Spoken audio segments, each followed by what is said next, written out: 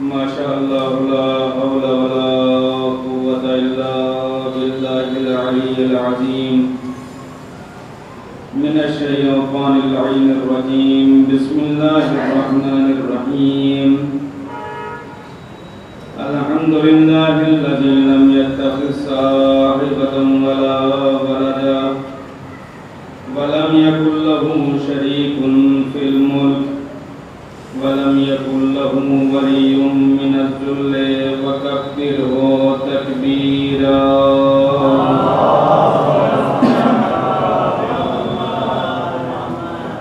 والحمد لله الذي هدانا لهذا وما كنا لنهتدي لولا أن هدانا الله لقد جاءت رسل ربنا بالحق الصلاة والسلام وتحية والإكرام على رسول الثقلين محبوب رب المشرقين والمغربين جد الحسن والحسين أبي القاسم محمد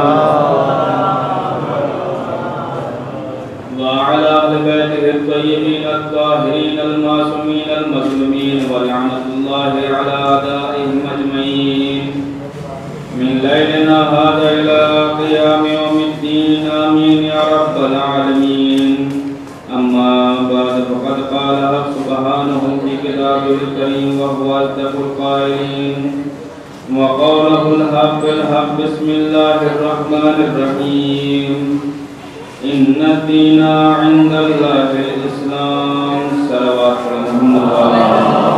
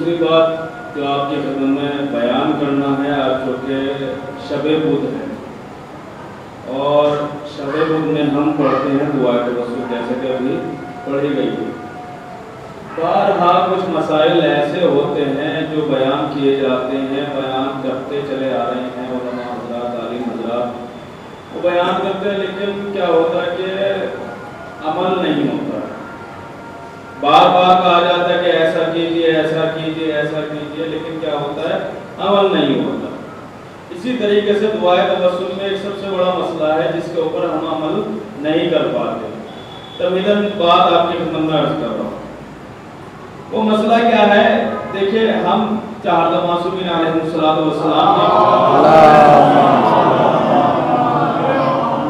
غور سے سنیے گا ہم وسیلہ بناتے ہیں اللہ کے بارگاہ میں دعا قبول ہونے کا کس کو چہارہ معصومین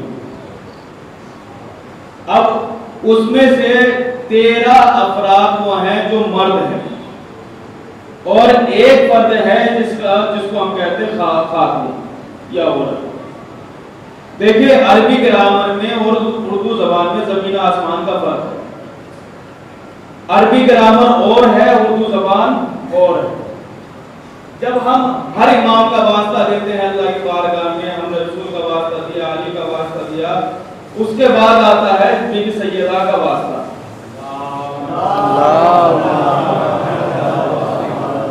اور وہاں پر آنے کے بعد جب ہم نے پہلے 2 واسطے دیے رسول کا واسطہ دیا تھا مولا علی کا واسطہ دیا تھا تو آخر میں ہم نے ایک جملہ کہا یا وجیہن عند اللہ اشفع لنا عند اللہ.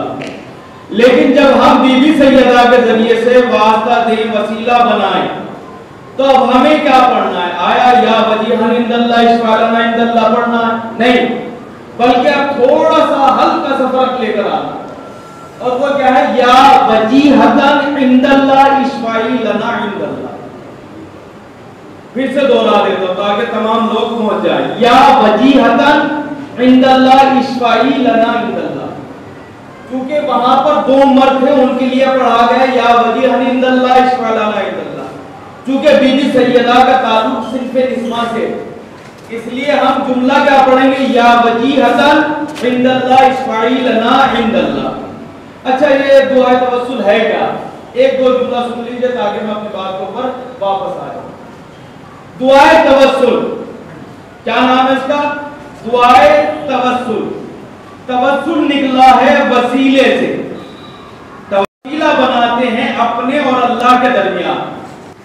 علی کے صدقے میں ہماری دعا قبول کر لے، بی بی کے صدقے میں ہماری دعا قبول کر لے. لیکن ہمارے یہاں پتہ نہیں کب سے دعائے توسل پڑھی جا رہی ہے. ابھی بھی تقریباً 95 افراد ایسے ہوں گے جن کو دعائے توسل کا ترجمہ نہیں پتا. حتیٰ کہ یہ جملہ جو ہم پڑھتے ہیں یا وجیہا عند اللہ اشفع لنا عند اللہ، اس کا بھی ترجمہ بہت سے بعض افراد کو نہیں پتا ہو. آج آپ کی خدمت میں عرض کر دوں تاکہ میرے جوان، میرے بزرگ اس ترجمے تک پہنچ جائے. مثال کے طور پر ہم رسول اللہ السلام کا توسل دیتے ہیں، اس کے بعد مولا علی کا دیتے ہیں، بی بی سیدہ کا دیتے ہیں، امام حسین کا دیتے ہیں، امام حسن کا دیتے ہیں. جب ہم امام حسین کا توسل دیتے ہیں تو ہم کیا کہتے ہیں؟ یا ابا عبداللہ یا حسین ابن علی ایھا الشہید یا ابن رسول اللہ. یہاں تک تقریباً سب آپ کو پتا ہوگا. پھر بھی دوہرا دیتا ہوں. کیا کہتے ہیں؟ یا ابا عبداللہ، اے عبداللہ کے باپ، اے عبداللہ کے باپ. یا حسین ابن علی، اے وہ جو حسین ہے اور علی کا بیٹا ہے. اور اس کے بعد کیا کہتے ہیں؟ ایھا الشہید بکربلا، اے وہ شہید جو کربلا میں شہید کر دیا گیا.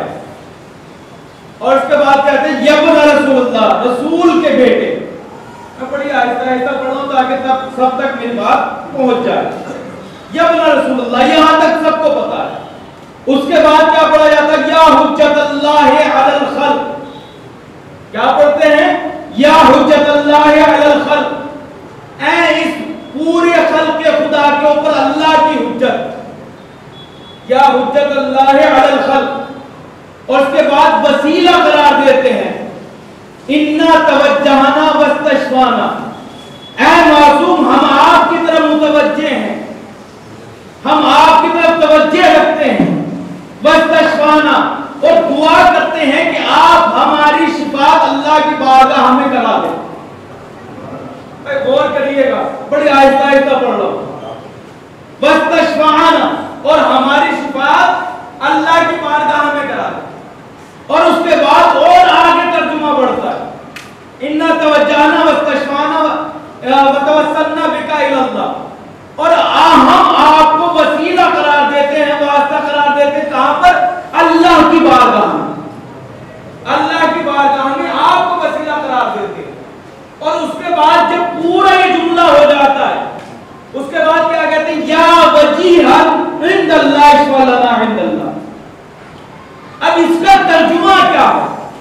اے صاحب عزت، اے صاحب فخر، وہ جو اللہ کی بارگاہ میں صاحب فخر بھی ہے، صاحب عزت بھی ہے، آپ ہماری دعا اللہ کی بارگاہ میں پہنچا دیں. آپ ہماری اللہ سے شفاعت کرا دیں.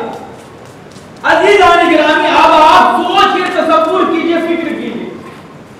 آج کے زمانے میں اگر ہمیں کسی بڑے آدمی سے کوئی کام پڑ جاتا ہے تو ہم ڈائریکٹ اگر اس سے نہ مل سکتے ہو، نہ بات کر سکتے ہو، تو ہم ایسے شخص کو لائیں گے جو اس کے قریب ہوگا، جو اس کے نزدیک ہوگا. ایسے شخص کو لے کر آئیں گے.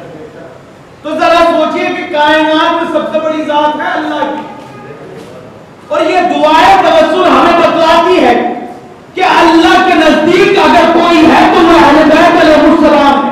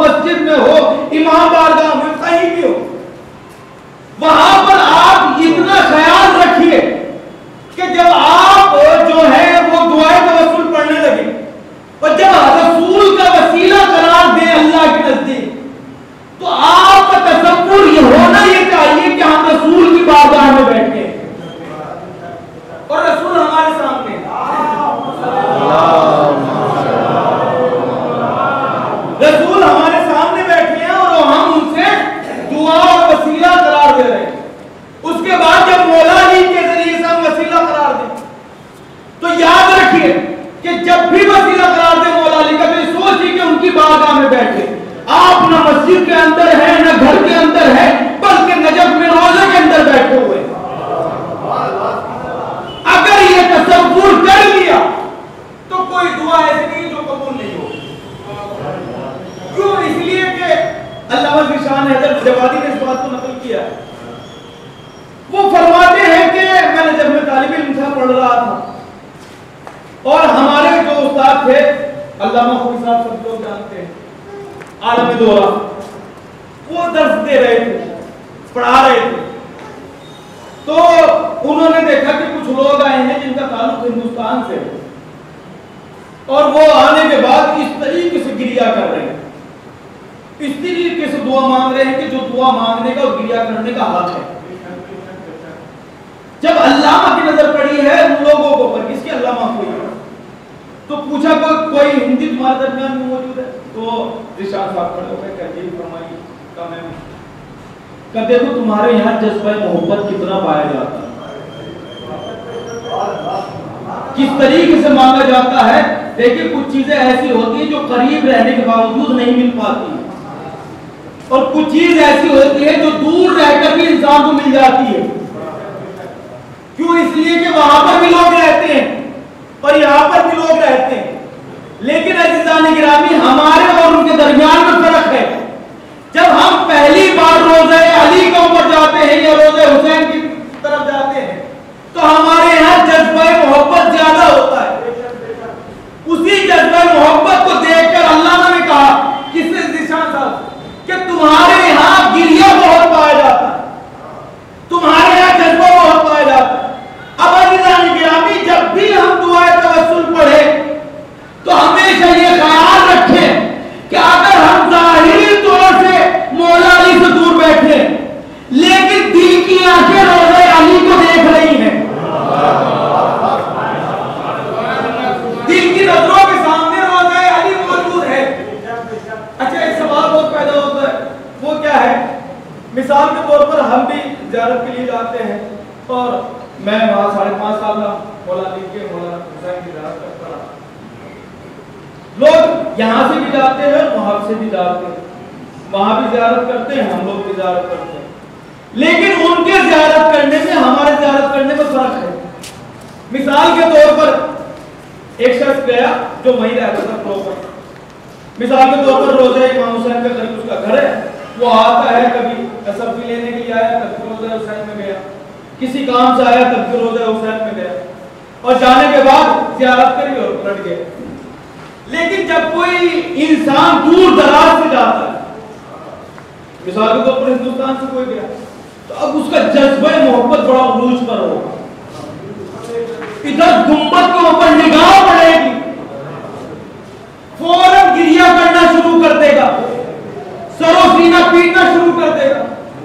چاہنے والا یہ بھی مولا کا ہے اور جو روز جا رہا ہے وہ بھی چاہنے والا مولا کا ہے. لیکن دونوں میں فرق ہے، ظاہری طور سے ایک زیادہ چاہنے والا لگ رہا ہے اور ایک کم لگ رہا ہے. یہی سوال جب ایک مجتہد سے کیا گیا کہ ایسا کیوں ہے کہ ایک وہ شخص جو روز جاتا ہے اس کے یہاں نہ گریہ پایا جاتا ہے، نہ ماتم پایا جاتا ہے، نہ دعا میں طوالت پائی جاتی ہے، لمبی دعا نہیں کرتا ہے، لیکن ایک وہ شخص ہے جو دور دراز سے مولا کی زیارت کرنے کے لیے آتا ہے، اس کے یہاں گریہ بھی زیادہ ہوتا ہے، ماتم بھی ہوتا ہے اور وہ زیادہ دیر تک مولا کی زری کو پکڑ کے کھڑا رہتا ہے اور اس کے یہاں جذبہ محبت ظاہری طور سے زیادہ دکھتی ہے. تو انہوں نے کہا کہ دیکھو میں تمہیں ایک مثال دیتا ہوں، وہ مثال سنیے گا. انہوں نے کہا کہ دیکھو ایک ماں ہے، اس کو 2 بیٹے ہیں. کتنے بیٹے ہیں؟ 2 بیٹے. ایک بیٹا وہ ہے جو مثال کے طور پر کویت میں رہتا ہے، ایک بیٹا وہ ہے جو اپنے گھر میں رہتا ہے. وہ جو گھر میں رہتا ہے اس کی ماں اس کے سامنے 24 گھنٹے رہتی ہے. وہ گھر سے باہر گیا پھر آیا، پھر ماں کے اوپر نظر پڑی، پھر کسی کام سے گیا پھر واپس آیا، پھر ماں کو دیکھ لیا. اب عزیزان گرامی لیکن نہ ماں کا حال پوچھتا ہے نہ چال پوچھتا ہے. اور اگر اس سے سوال کیا جائے کہ تم اپنی ماں سے کتنی محبت کرتے ہو تو وہ سینے پر ہاتھ مار کر کہے گا بہت زیادہ محبت کرتا ہوں. عزیزان گرامی ایک دوسرا بیٹا جو ہے وہ کویت میں رہتا ہے. اب انصاف سے بتلائیے وہ 2 سال کے بعد، 4 سال کے بعد، 10 سال کے بعد اگر وہ ہندوستان آیا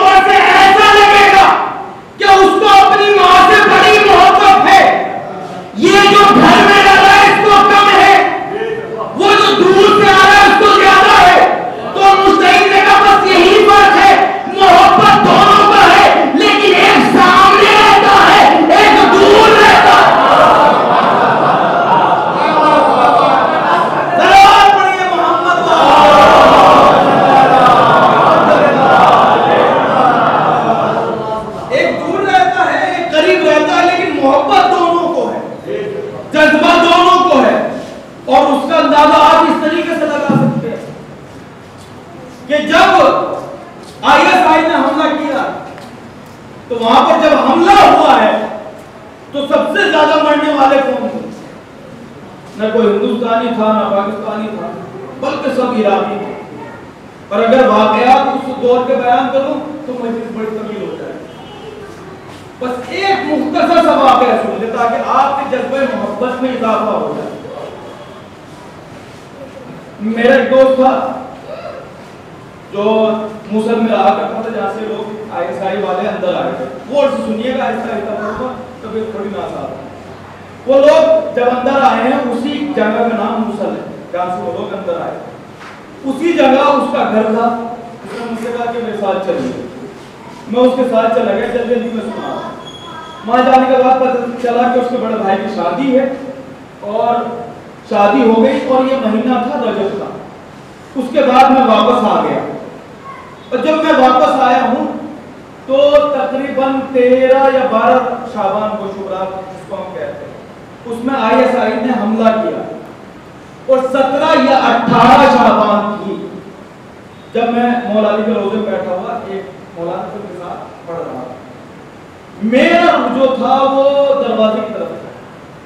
میں نے دیکھا کہ ایک جنازہ آیا، اچھا جو شہداء کے جنازے آ رہے تھے سامنے فوٹو لگے ہوئے، جتنے بھی شہداء کے عام طور سے ویسے جنازے آتے رہتے ہیں، لیکن جو شہید کا جنازہ آیا ہے اس میں سامنے فوٹو لگا ہوا ہے۔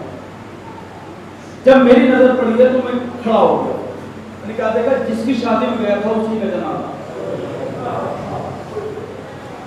وہ جنگ کرتے ہوئے شہید ہو گیا، مشکل سے 1-1.25 مہینہ اس کی شادی کو ہوا ہے۔ یہ سنا رہا ہوں، اور سے سنیے گا۔ جب میں گیا تو چونکہ ایک بھائی کو بھائی سے بڑی محبت ہوتی ہے، تو میں نے دیکھا کہ اس کا بڑا بھائی جو ہے بڑا تڑپ رہا تھا، کیونکہ بھائی کو بھائی سے محبت ہوتی ہے، اور جذبہ محبت اسی چیز کا نام ہے کہ اگر بھائی کو کوئی دقت ہو جائے تو چھوٹے بھائی کو کیا ہے کہ انہیں دکھ پیدا ہو جائے۔ تو وہ جنازہ آیا، میں اس کے قریب گیا، میں نے اس کو گلے سے لگایا اور اس کو کہا کہ بھائی صبر کرے، لیکن ایک منظر جو میں نے دیکھا تو مجھ سے رہا نہ گیا۔ دل میرا یہ کرا کہ میں چیخ مار کروں، اگر میں مسائل نہیں پڑھ رہا ہوں، میں جذبہ محبت بتلا رہا ہوں کتنا بڑا۔ میں نے دیکھا کہ اسی جنازے کے پیچھے اس کی دلہن بھی موجود تھی، اس کی ماں بھی موجود تھی۔ انصاف سے بتائیے کہ اگر آج اللہ نہ کرے ہندوستان میں کوئی مسئلہ ہو جائے تو مائیں اپنے بیٹوں کو گھروں سے نکلنے نہیں دیتی، لیکن ان کا جذبہ محبت اتنا تھا کہ اپنے بیٹوں کو تیار ہو کے کہہ رہی تھی کہ جاؤ اب جا کر مولا علی کے روزے کی حفاظت کرو۔ اسی حفاظت میں مارا گیا، تو پیچھے اس کی بیوی تھی، اس کی ماں تھی۔ اب میں نے عجیب سا منظر کو دیکھا، ان کے ہاتھ میں تھیلی تھی جس کے اندر چاکلیٹ یا ٹوفی موجود تھی، وہ 2 ٹوفیاں نکالتی اور نکالنے کے بعد ہر ایک کے پاس جاتی۔ ماں کا جملہ بھی وہی تھا اور بیوی کا جملہ بھی وہی تھا، دونوں کی دونوں کہہ رہی تھی کہ ہمیں مبارکباد دو، ہمارا والی و وارث، ہمارا بیٹا مولا علی کے کام آ گیا۔ کتنا بڑا جذبہ ان لوگوں کا، بہت بڑا جذبہ ہے، لیکن کیا ہے جذبہ محبت ان میں پایا جاتا ہے اور یہاں بھی پایا جاتا ہے۔ ایک صدام کے زمانے سے پہلے ایک ظالم جابر بادشاہ گزرا ہے، یہ باب فضائل کو سن لیجیے گا، بڑا ظالم و جابر بادشاہ تھا۔ اس نے یہ ٹھان لی کہ میں جو ہے وہ مولا علی کے روزے کو اٹھاؤں گا، پر غور سے سنیے گا، بس یہاں سے میں بات کا آغاز کر رہا ہوں، تک تمیز تھی۔ اس نے یہ کہا کہ میں مولا علی کے روزے کو اٹھاؤں گا، اور یہ کہنے کے بعد کئی ہزار کا لشکر لے کر نجف پہنچا، اور پہنچنے کے بعد جب ایک مجتہد وہاں پر موجود تھے، انہوں نے کہا یہ ہو نہیں سکتا کہ ہم زندہ رہے اور روزہ علی گر جائے، ہم جان ہمارے جسموں کے اندر رہے اور روزہ علی پر کوئی آنچ آ جائے۔ انہوں نے کہا کہ ہم بھی مقابلہ کریں گے۔ اب انہوں نے چند طلبوں کو لیا، چند کسانوں کو لیا، ایک چھوٹا سا لشکر بنایا۔ اب بنانے کے بعد انہوں نے مقابلے کے لیے صف آرائی کی۔ اب تاریخ میں لکھا کہ جب صف آرائی کی ہے اور سامنے کئی ہزار کا لشکر تھا، تو کسی نے کہا کہ یہ تو مقابلہ نہیں ہے، اس لیے کہ وہاں کئی ہزار کا لشکر ہے، یہاں پر چند آدمی ہے، تو مجتہد نے کہا کہ ہمارا تعلق کربلا سے ہے،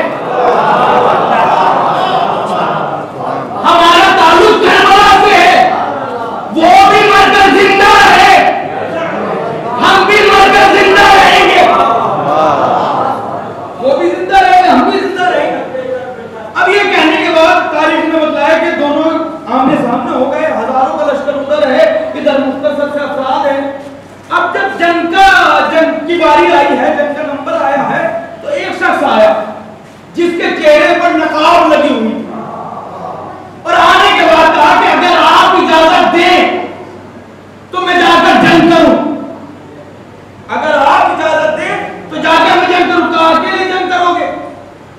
کہا آپ نے تو کہا کہ ہم کربلا کے ماننے والے ہیں، آپ نے تو کہا کربلا کے ماننے والے، کربلا میں بھی ایک ایک جاتا رہا، ہزاروں پر بھاری تھا، میں بھی جاؤں گا، میں بھی جنگ کروں گا۔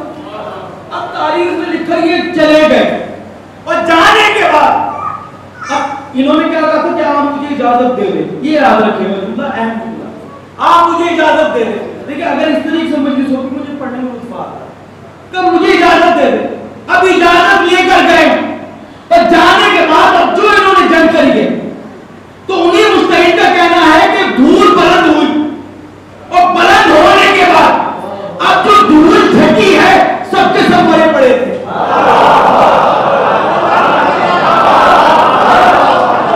جب دھول پھینکی ہے تو سب کے سب مرے ہوئے تھے، اب اس شخص کا پتہ نہ چلا کہاں چلا گیا۔ اب انہوں نے مجتہد نے جو ان کے چھوٹے تھے ان سے پوچھا یہ بتلاؤ تمہارے جاننے والے تھے تمہارے بیٹے سے؟ کہا نہیں ہمارے بیٹے نہیں تھے، ہم تو یہ سمجھ رہے تھے آپ کے فرزند ہیں، آپ کے بیٹے ہیں، آپ جانتے ہوں گے۔ اب دونوں میں بحث چل رہی ہے، مجتہد نے کہا چلو چل کر دیکھتے ہیں پتہ چل جائے گا، کہا ٹھیک ہے چلو میدان جنگ میں۔ اب جیسے میدان جنگ میں آئے تو عجیب منظر دیکھا، ہر لاکھ جو عرصوں میں تقسیم پڑی تھی، ہر لاکھ جو عرصوں میں تقسیم پڑی تھی، مجتہد نے مسکرا کر کہا یہ وہی تھا جس کے روزے کی حفاظت کے لیے ہمارے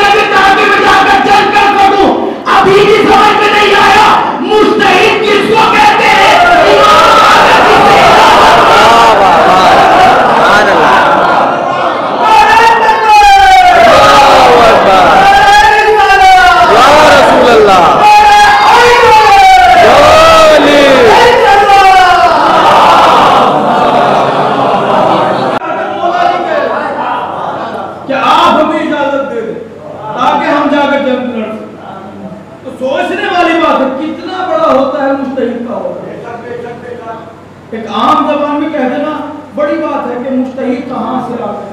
میں نے پہلے جملہ کہا تو پھر دوہرا کیونکہ مجھے ایک روایت نقل کرنی ہے۔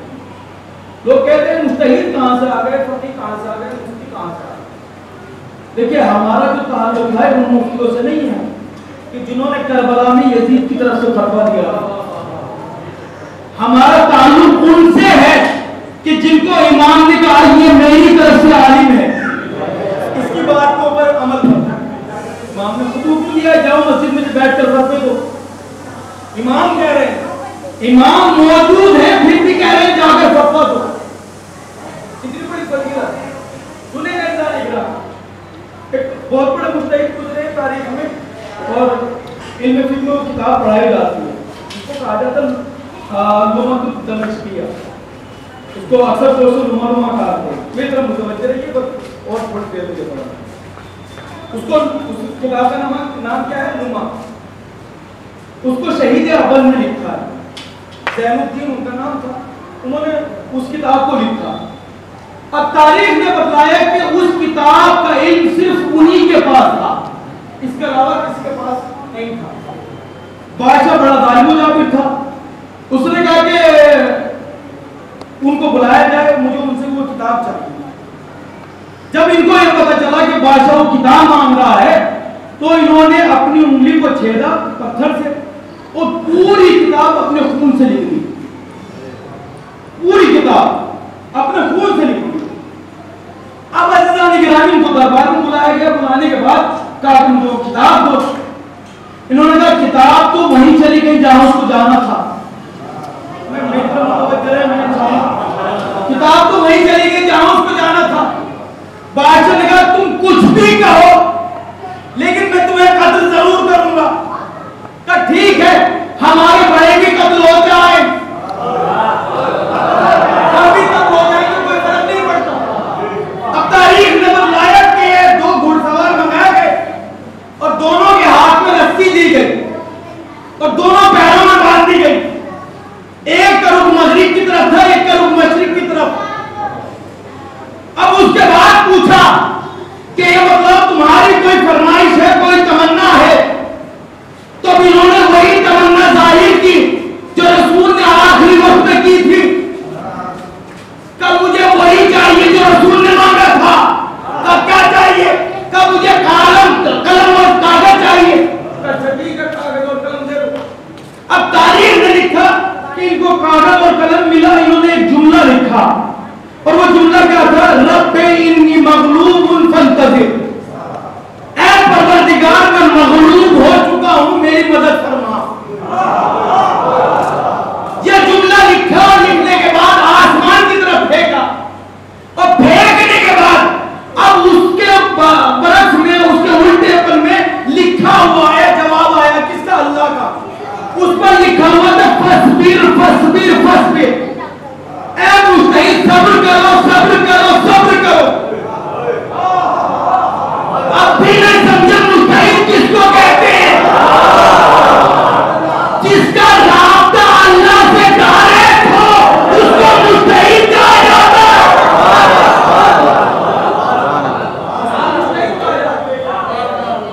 اور ایک مجتہد آج کے دور میں جن کو کہتے ہیں صحیح سستاری اللہ ان کی حفاظت کرے. وہ ایک بڑی نعمت ہے ہماری قوم کے لیے. کبھی بھی کوئی برا کہتا ہوا نظر آئے تو ہمیشہ یاد رکھیے گا اگر آپ کے پاس جواب ہے تو جواب دیجیے لیکن یاد رکھیے گا کبھی ان کے نام پہ جھگڑا نہ کیجیے گا. جس طریقے سے علی نہیں چاہتے کہ میرے نام پر جھگڑا ہو اسی طریقے سے علی کا بیٹا بھی نہیں چاہے گا کہ میرے نام پر جھگڑا ہو. جب ISI نے حملہ کیا ہے اور چاروں طرف سے گھیر رکھا تھا اس سے پہلے ایک اور حملہ ہوا. وہ کون سا حملہ تھا؟ صدام کے سقوط کے وقت امریکہ آئی ہے اور آنے کے بعد اس نے صدام کو مارا اور مارنے کے بعد اب جو تاریخ لکھتی ہے کہ اتنا ظلم کرا کہ لوگ صدام کو بھول گئے. اتنا ظلم کرا اور ایسا ظلم کرا کہ جس کو منبر سے بیان بھی نہیں کیا جا سکتا. اتنا بڑا ظلم کیا ہے. اسی امریکہ فوج سے ایک مجتہد ہے مقتدر صدر وہ لڑ رہے تھے. ان کی ایک پورا لشکر ہے وہ جنگ کر رہے تھے. سامنے وادی السلام میں موجود تھے. جو لوگ گئے انہوں نے دیکھا وہ وادی السلام اور دنیا کا سب سے بڑا قبرستان ہے. تقریباً 15 یا 17 کلومیٹر کے اندر ہے. اتنا بڑا قبرستان ہے. اچھا وہاں کیا ہے ہمارے یہاں قبریں بنائی جاتی ہیں لیکن وہاں لہد بنائی جاتی ہے. اگر آپ لوگ جائیں گے انشاءاللہ سب کو جانا قبول ہو تو وہ جا کر دیکھیں گے کہ وہاں قبروں کا نقشہ کیا ہے. وہاں لہدیں تیار کی جاتی ہیں باقاعدہ پورے گھر بنائے دیے جاتے ہیں. اس کے اندر ہزاروں قبریں موجود ہوتی ہیں. اب یہ حملہ کرتے تھے امریکہ فوج کے اوپر جا کے چھپ جاتے تھے. آگے نہیں آتے. امریکہ فوج بڑی پریشان تھی. ہمارے تو مر رہے ہیں ان کے نہیں مر رہے کرے تو کیا کرے. بڑے پریشان ہو گئے اور اچھا مہینوں جنگ چلتی رہی. اب ایک دن جب شب جمعہ آئی ہے تو بتلایا لکھا ہے کہ یہ جو مقتدر صدر تھے انہوں نے کہا کہ آج کچھ بھی ہو میں علی کی زیارت کو جاؤں گا. میں روزہ علی میں جاؤں گا. لوگوں نے منع بھی کیا مت جائیے. انہوں نے کہا نہیں آج کئی شب جمعہ گزر چکی ہے اور میں نے مولا علی کی زری کو نہ دیکھا. یہ کہنے کے بعد اب یہ جو روزے کے اندر آئے ہیں تو چاروں طرف سے امریکہ فوج نے گھیر دیا روزے کو. اور گھیرنے کے بعد اب جو کمانڈر تھا اس نے حکم صادر کیا اور وہ حکم کیا تھا کہ روزے علی کو گرا دیا جائے تاکہ وہ اس کے اندر دب کر مر جائیں. اور جب وہ مر جائیں گے تو ہم دوبارہ روزے کو تعمیر کرا دیں گے. اب اس وقت سید علی سیستانی لندن میں زیر علاج تھے. اتنے ظلم ہو رہے کہ وہ خاموش تھے کوئی فتویٰ نہ دیا. لیکن جب علی کے روزے کی بات آئی لندن سے فتویٰ دیا کہ پورے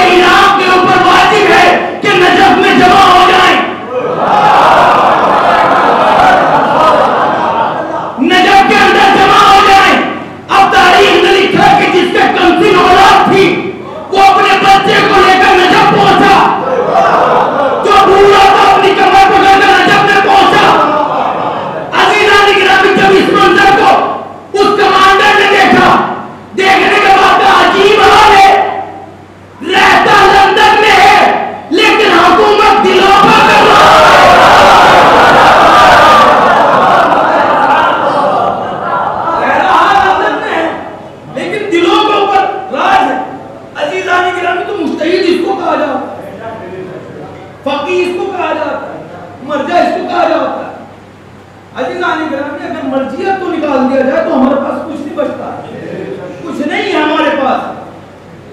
انصاف سے بتائیے جتنا اسلام آیا کس کے ذریعے سے آیا؟ آج میں ادنا سے طالب علم کیسے عالم بن گیا؟ کتابوں کو پڑھا۔ آپ مجلس سے سنتے ہیں، کس سے سنتے ہیں؟ عالموں سے۔ عالموں نے کہا پڑھا؟ کہا کتابوں سے پڑھا۔ کتابیں کس نے لکھی؟ کمرجہ نے لکھی ہیں۔ تو ذرا سوچئے جس نے اسلام بچایا ہو اس کو مرجع کہا جاتا ہے۔ عزیزان گرامی، اور دوسری بات اشکال بھی عجیب و غریب ہوتے ہیں اجتہاد کے اوپر، عجیب عجیب خیالات کے لوگ آ گئے، عجیب عجیب سوال کرنے والے لوگ آ گئے۔ ایک صاحب میرے پاس آئے، انہوں نے ایک باری امام علیہ السلام کی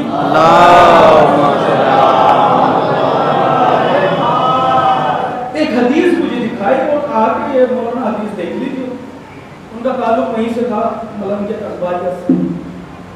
میں نے حدیث میں دیکھا تو اس میں لکھا ہوا تھا کہ غیبت صغریٰ کے بعد، غیبت کبریٰ کے بعد اگر کوئی مجھ سے ملاقات کا دعویٰ کرتا ہے تو اپنے دعوے میں جھوٹا ہے۔ غیبت کبریٰ کے بعد اگر کوئی مجھ سے ملاقات کا دعویٰ کرتا ہے تو دعوے میں جھوٹا ہے۔ اب آپ کتابیں اٹھا کر دیکھ لیجیے، دستور العلماء اور بہت سی کتابیں موجود ہیں کہ جس میں موجود ہے کہ امام ملے، امام نے آ کر مجتہد کرام کی مشکلوں کو آسان کیا۔ اب اگر یہ دیکھیں تو وہ غلط لگ رہی ہے، وہ دیکھیں تو یہ غلط لگ رہی ہے۔ ادھر امام نے کہا کہ اگر غیبت کبریٰ کے بعد مجھ سے کوئی ملاقات کا دعویٰ کرتا ہے دعوے میں جھوٹا ہے۔ اور ادھر ہم واقعات پڑھ رہے ہیں، علامہ ہندی تھے، علامہ مجلسی کے، امام سے ملاقات ہوئی۔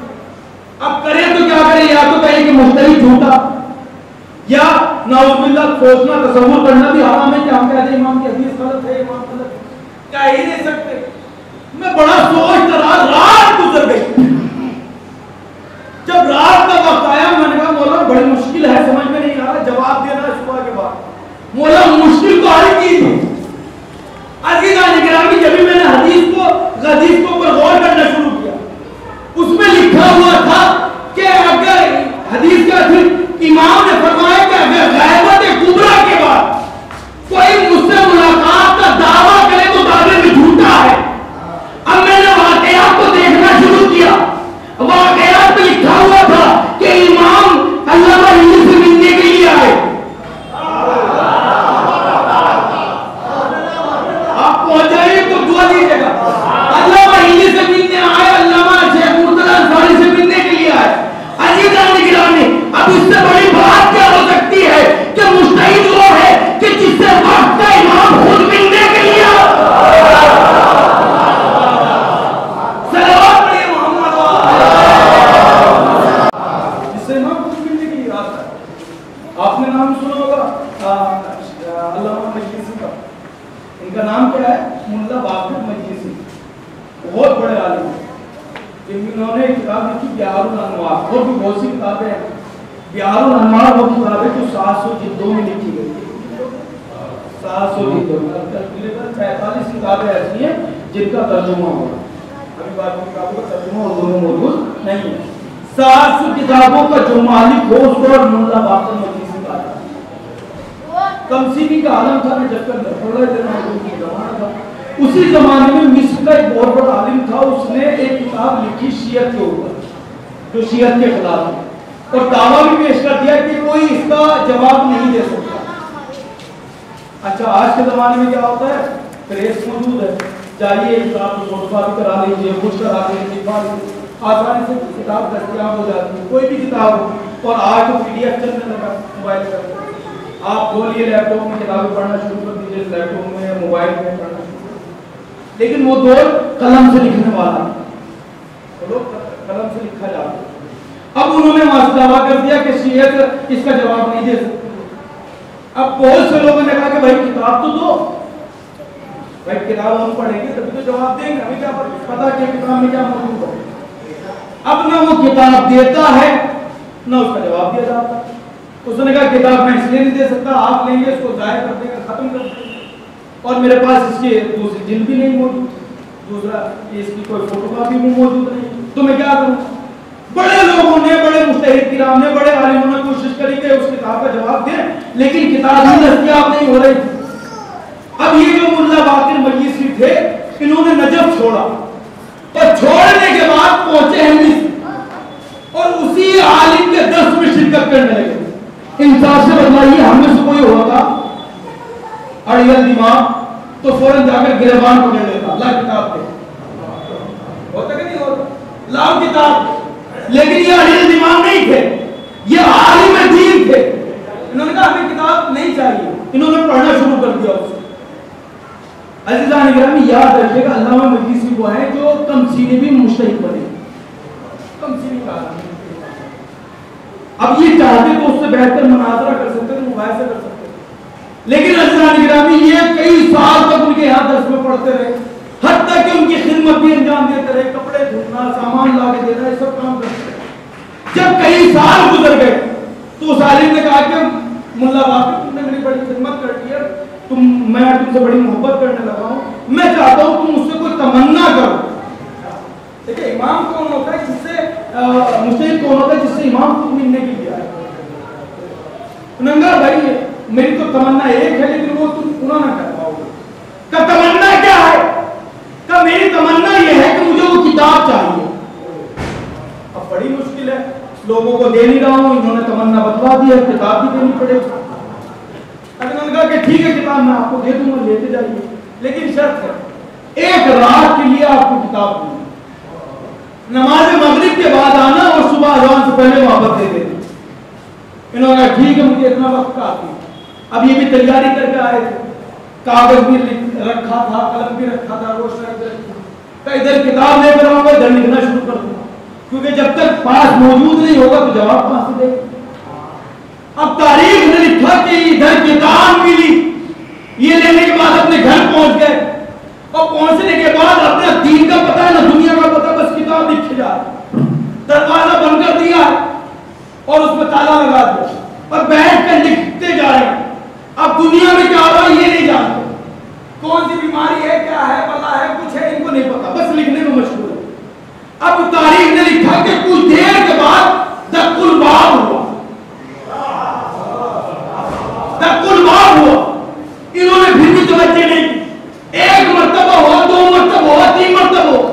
جب ان کو لکھنے میں ڈسٹرب ہونے لگا تو میں نے دروازہ کھول دیتا ہوں, یہ کان میں بار بار آواز آتی رہے. اب یہ اٹھے اور جانے کے بعد انہوں نے دروازہ کھول دیا, آ کر پھر لکھنے لگے. وہ شخص آیا سامنے بیٹھ گیا, اور بیٹھنے کے بعد کہتا ہے کیا کر رہے ہو اللہ مجلس, کب میں کتاب لکھ رہا ہوں. کہ اچھا ایک کام کرتے ہیں, کتاب مجھے دو اور تم کتاب آپ لو, اور لینے کے بعد مجھے بولتے جاؤ, میں لکھتا جا رہا ہوں. اب انہوں نے کتاب لے لی, اللہ مجلس نے, انہوں نے لکھنا شروع کر دیا. اب یہ لکھ رہے تھے, ادھر اللہ مجلس بول رہے تھے. تھوڑی دیر کے بعد اس نے کہا کہ ایک کام کرو, تم صفحہ نمبر بولتے چلے جاؤ, میں لکھتا جا رہا ہوں. تم صرف صفحہ نمبر بولتے جاؤ, میں لکھتا جا رہا ہوں. عزیزان گرامی ذریعے صفحہ نمبر بولتے رہے. جو کام 2 دنوں کا تھا وہ 2 گھنٹے سے پہلے ہی ختم ہو گیا. 2 گھنٹے سے پہلے جب ختم ہو گیا, انہوں نے کتاب بند کری, اور بند کرنے کے بعد یہ سوچنے لگے میں تو صفحہ بول رہا تھا. انہوں نے پوری کتاب لکھ دی, فوراً ہاتھوں میں پکڑ لیا کہ ذرا اتنا بتلائیے آپ ہے کون. کہ میں وہی ہوں جس کا تم مال اٹھاتا ہے. صلوات پڑھیے محمد.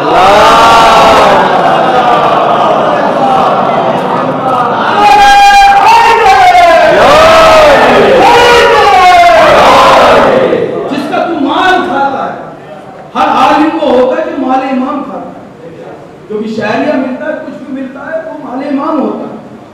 تو جب ہم مال امام کھائیں گے, کیا امام ہماری مدد نہ کریں گے؟ جب ان کے بات کے اوپر عمل کریں گے تو کیا امام ہماری مدد نہ کریں گے؟ عزیزان گرامی بات چلی تو دعائے توسل سے کہاں تک آ, دعائے توسل بڑی اہم دعا, اس کے مرتبے کو سمجھنا چاہیے. بس ایک بات پیش کرنا اور اس کے بعد رب کا مسئلہ ہے. عزیزان گرامی دعا کرو, ترجمہ میں نے ترجمہ پہنچا دیا ہے اور پھر کبھی انشاءاللہ بیان کروں. یہ دعائے توسل ہے کیا؟ دیکھیں عزیزان گرامی, 10ویں امام علی نبی علیہ السلام کے زمانے میں آپ کا ایک چاہنے والا تھا, اور اس کا کام تھا نقاش. انگوٹھیوں کے اوپر پتھر کو اوپر کرا لیتے ہیں. مثال کے طور پر کسی نے نادر علی لکھوا دی, کسی نے کلمہ لکھوا دیا, کسی نے مولا کا نام لکھوا دیا. دیکھیے پھر وہی بات پلٹ کر آ رہی ہے. دیکھیے اگر ہم پتھر کے اوپر یا انگوٹھی کے اوپر لکھوائیں, خاص کر معصومین کے نام, تو ہمیشہ یاد رکھیے گا بغیر وضو کے لکھنا چاہیے. تو وہ نقاش کرا تھا قدر مواد کے کلمہ لکھوا دیا, کسی نے کلمہ شہادت اور لکھوانے کے بعد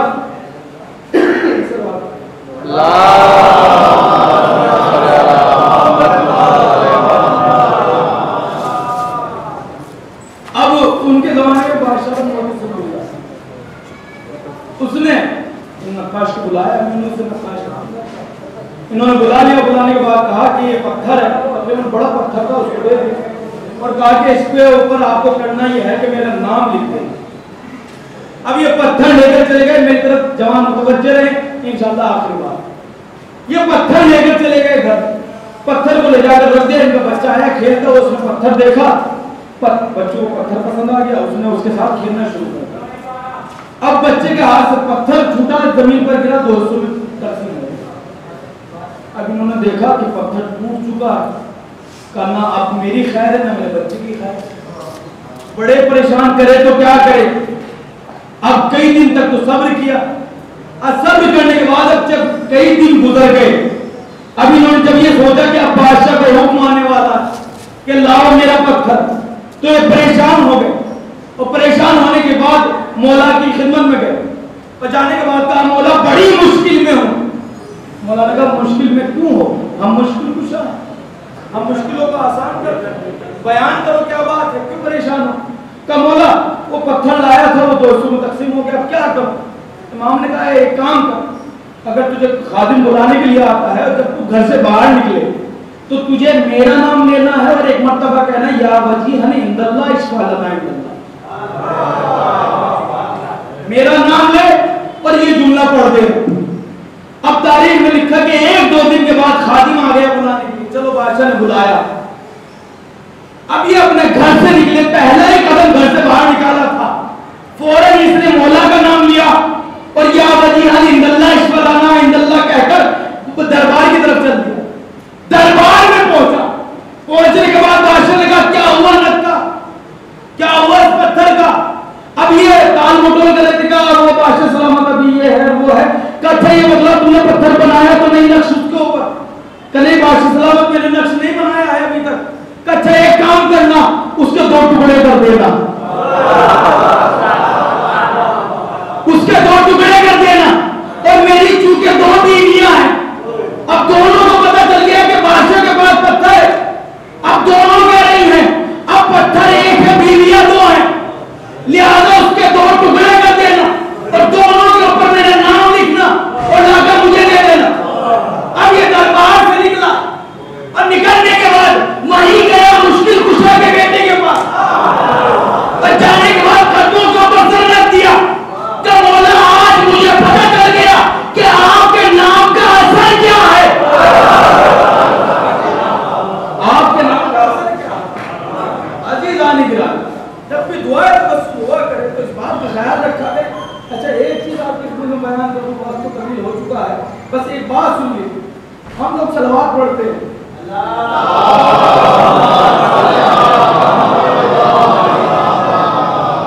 صلوات کے فائدے پہلے بیان کر چکے. ایک چیز ممبر سے بیان کی جاتی ہے, ایک جگہ میرے پہ اعتراض ہو گیا, مولانا یہ کون سی بات ہے. اچھا عوام یہ بڑی جلدی کرتے ہیں, یہ کون سی بات ہے. کہ مولانا وہ ہر ممبر سے کہا جاتا ہے کہ بابا سے بلند صلوات پڑھیں. ضرورت پڑی ہم تو آہستہ آہستہ پڑھ لیں, ثواب تو اتنا ہی ملے گا. آہستہ پڑھیں, تیز پڑھیں یا دل میں پڑھیں, یہ زبان سے آہستہ آہستہ اندر ہی اندر دورا, ثواب تو اتنا ہی ملنا ہے. تو مجھے ایک حدیث ملی رسول اسلام حضرت محمد مصطفیٰ صلی اللہ علیہ وسلم, رسول نے فرمایا کہ جب تم صلوات پڑھا کرو تو بابا سے بلند پڑھا کرو. جانے والے نے پوچھا یا رسول اللہ کیوں ہم بابا سے بلند صلوات پڑھیں, تو رسول نے مسکرا کر جواب دیا اس لیے کہ صلوات وہ ہے جو دلوں سے نفاق کو دور کر دیتی ہے.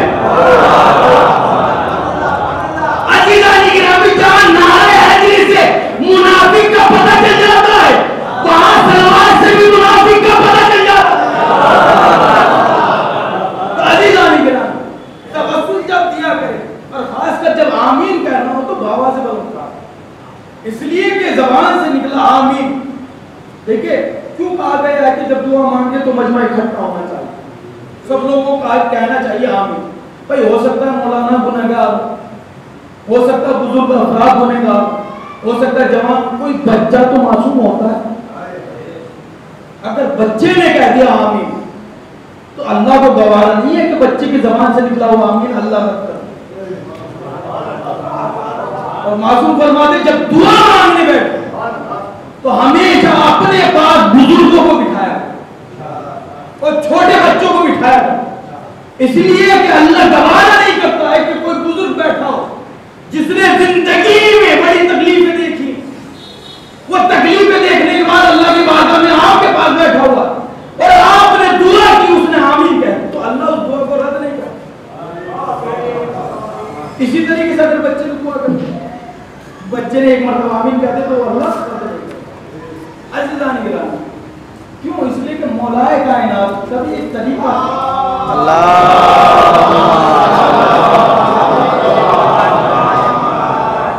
مولائے کائنات کی جب ظاہری خلافت آئی 14 نمبر پر تو تاریخ نے لکھا ہے کہ مولا جب دوسرے کی گلی سے نکلا کرتے تھے اور یتیم بچوں کو دیکھا کرتے تھے تو فوراً ان کے قریب جا کر سر پہ ہاتھ رکھتے تھے اور رکھنے کے بعد کہتے تھے بچوں کبھی اپنے آپ کو یتیم نہ کہنا, جب بھی تم سے کوئی پوچھے تمہارا باپ کون ہے تو علی کا نام لے. کوئی بھی امام ہو, آپ کسی بھی امام کے سامنے حیات اٹھا کر دے, ہر امام نے یتیم پروری کی ہے, یتیموں کو پالا. شہادت کے بعد پتہ چلتا تھا کہ لوگوں گھروں میں فاقے پڑے ہوئے, یتیم بھوکے بیٹھے ہوئے. کیوں؟ اس لیے کہ جو کھلانا آتا تھا وہ نہیں آتا. تو ہر امام کا حال یہی تھا, ہر امام کا کام یہی تھا, یتیم پروری کا. لیکن حضرات گرامی یہی اماموں کی اولاد کربلا میں جب یتیم ہوئے, اللہ نے آپ کو چھوٹے چھوٹے بچے دیے, اللہ ان کو سلامت رکھے. آہستہ آہستہ مسائل پڑھوں میں ایک روایت آپ کی خدمت میں عرض کروں.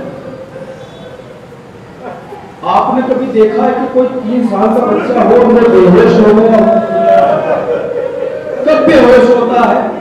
وہ جب بے ہوش ہوتا ہے کہ جب بیماری زیادہ بڑھ جائے. لیکن عزیزان گرامی کربلا کے میدان میں جناب سکینہ